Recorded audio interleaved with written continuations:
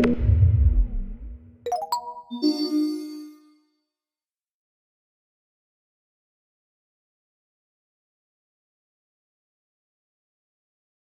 vaccination and boosters are both recommended for people who are pregnant. And when we did a study of 100,000 deliveries in 2021 and 2022, we found that a lot of people had not received vaccination or had been vaccinated but not had boosters. And some patterns there were that the people who didn't get vaccination or boosted tended to be younger or not have commercial insurance. So it's really important that vaccines and boosters are accessible for everyone who is pregnant.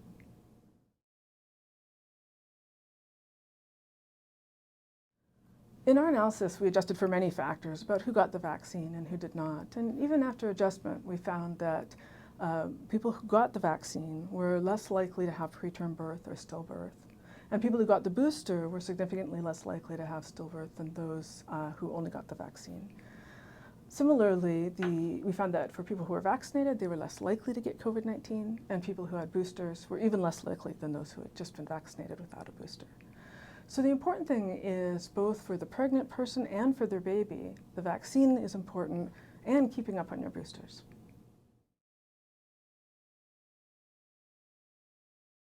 With the latest COVID surge and going into the fall flu season and RSV season, I'm getting more questions about COVID and whether or not a patient should get a vaccine.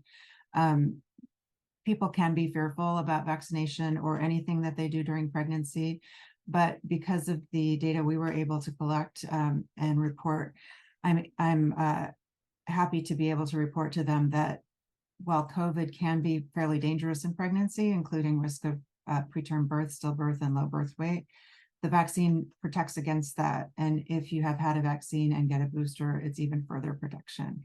So I can strongly recommend to every pregnant woman that they get a vaccine against COVID. Every pregnant person should know that COVID can cause serious complications in pregnancy for both the mother and even more often for the baby.